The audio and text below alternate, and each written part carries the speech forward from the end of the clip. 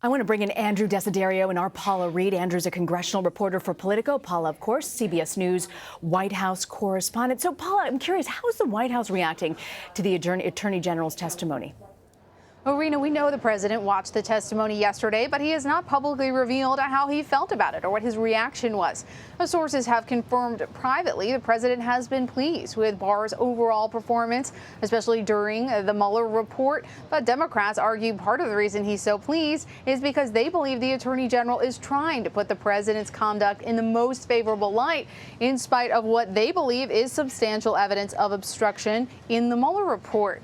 But Barr's decision not to testify today has certainly escalated tensions between Chairman Nadler and the Trump administration.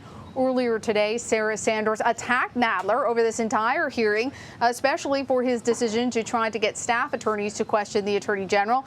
She said specifically that if he doesn't want to ask questions or can't ask questions himself, maybe he should, quote, step down, resign, and allow somebody else that can.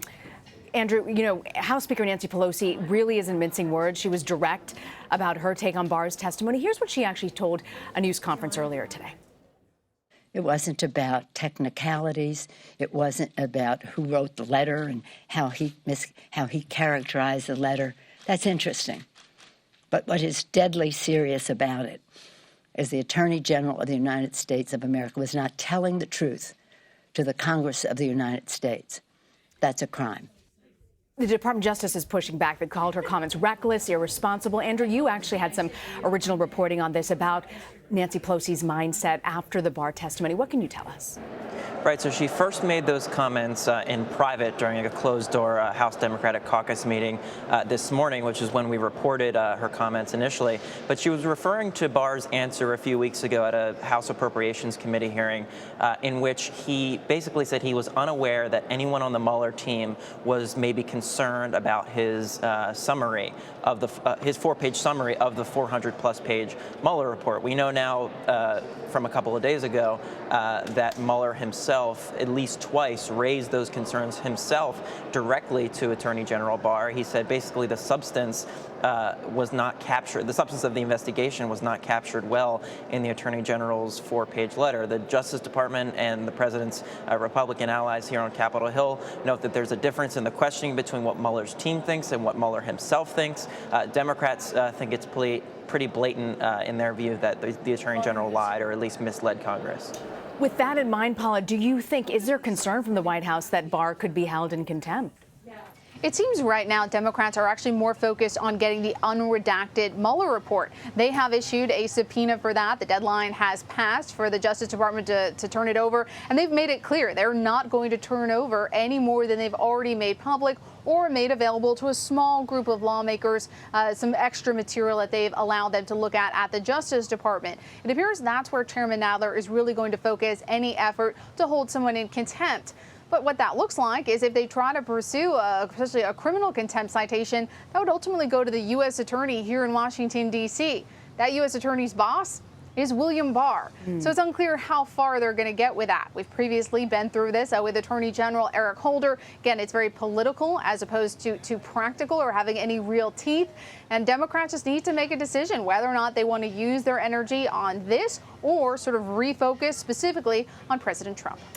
Andrew, you know, Pelosi's pushed back on this concept of impeaching the president, but do you think in any way, just over this past week, that Barr's testimony, has it changed her views or any other Democratic leaders' views on that? Well, one thing that she did say behind closed doors that we reported this morning was essentially that, in her view, impeachment is too good for President Trump. Those were her words. She has been of the belief that it is not prudent for House Democrats to launch impeachment proceedings right now. There are other ways that Democrats could, of course, try to damage the president politically ahead of his re-election battle in 2020.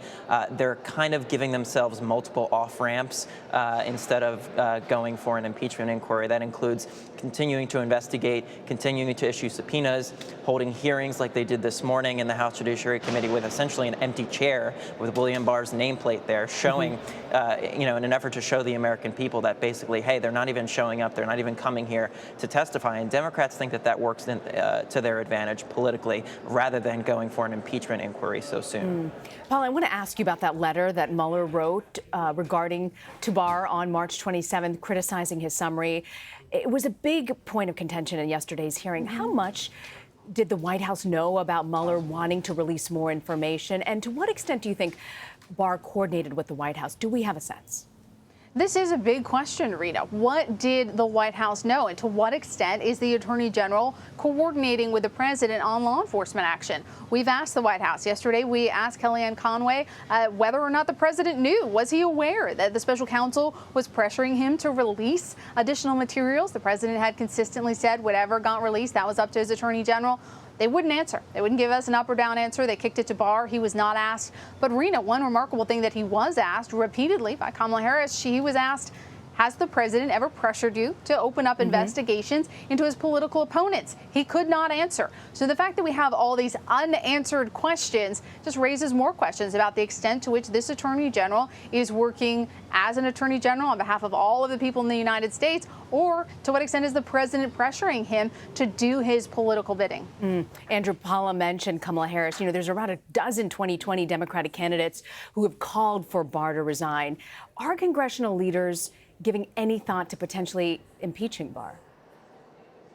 Right, that's certainly a possibility, but as Paula mentioned before, the top priority right now is holding Barr in contempt, or at least moving towards that, over the Justice Department's refusal to honor the subpoena deadline yesterday for the full unredacted Mueller report and all of the underlying evidence and grand jury information. I just wrapped up talking to lawmakers here at their last vote session this morning, and they mentioned to me, especially the ones on the Judiciary Committee, that they think Chairman Nadler will move toward contempt for the Attorney General as soon as Monday. They'll have to issue a 48-hour notice before they mark up any contempt citation in the committee, and then from that point it will go to the full House floor for a full floor vote.